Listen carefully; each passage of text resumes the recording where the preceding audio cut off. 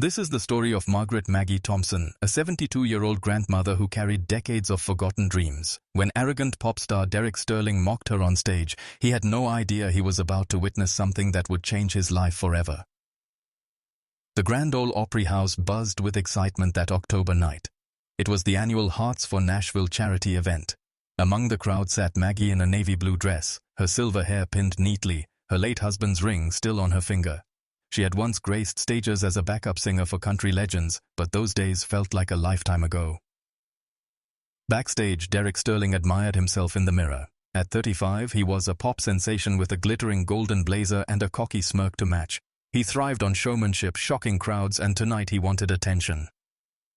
The lights dimmed. Derek exploded onto the stage, dazzling younger fans with fireworks, bass, and bravado. Then, between songs, he smirked.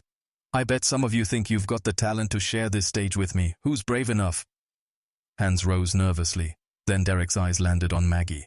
She hadn't volunteered. She was simply tapping her fingers along with the music. "You, Grandma in the blue dress," Derek called out, mocking her. "Think you've got pipes hidden in there? Come on, live out those karaoke dreams." The spotlight hit her. The crowd grew uneasy. "Oh, I wasn't," Maggie began, but Derek cut her off with more taunts. Some laughed uncomfortably. Others looked away. Something shifted in Maggie's eyes. She straightened her shoulders. "Actually," she said calmly, "I think I will." The audience hushed as she rose, walking slowly but steadily to the stage. Derek mocked her pace, but Maggie ignored him. Under the harsh lights, she looked small but carried herself with quiet dignity. "What's your name, sweetheart?" Derek sneered. "Marguerite Thompson. Most folks call me Maggie." "And you sing church choir?" He smirked. "I sang professionally. 20 years. Studio work. Background vocals." The crowd stirred. Derek brushed it off. "Background? Let's hear it then." Maggie took the mic and stepped forward. The hall went still. "I'd like to sing something I once helped bring to life," she said. "Amazing Grace." Without music, she began. The first note cut through the silence. Pure, steady, beautiful. Decades of experience and emotion poured out of her voice. It wasn't shaky. It wasn't timid. It was commanding. People gasped. Phones came out. Not to mock, but to capture the moment.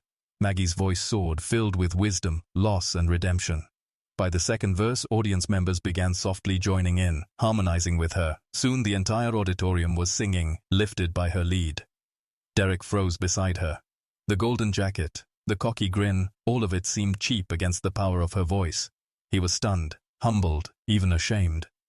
When she reached the final note, she held it perfectly, then let it fade into silence. For a long moment, the hall was still. Then the applause erupted. Thunderous, tearful, unstoppable. Derek tried to speak, his voice cracking. That was incredible." He turned to Maggie, raw emotion in his eyes. "Ma'am, I owe you an apology. I disrespected you. I thought talent was about clothes, production, attitude. I was wrong. Your voice, it's the most beautiful I've ever heard." An older man in the crowd stood. "Excuse me, ma'am, was your maiden name Margaret Sullivan?"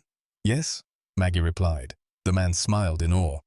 "Folks, this lady's voice is on some of the most famous country records of the 70s.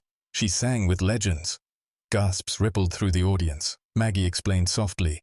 She had left music in the early 80s to care for her ailing husband and raise her children. "It wasn't giving up," she said firmly.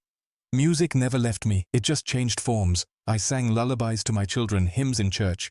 Tonight, I got to share again, and that's enough." Derek was visibly moved. "You've taught me more tonight than my entire career. Would you sing with me?" Maggie smiled. "Do you know how great thou art?" "My grandmother sang it to me as a boy," Derek whispered. Together their voices blended.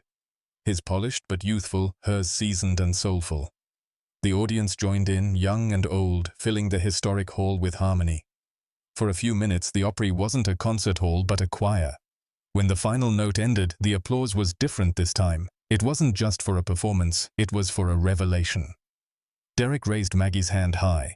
"Ladies and gentlemen, Margaret Thompson, a true artist and an even truer teacher." She smiled at him. "You changed your own life tonight, son. I just gave you the chance." From that night forward, Derek's shows were different. More humble, more connected. And everyone who had been in that audience carried a memory. A reminder that the most powerful voices often come from the most unexpected places.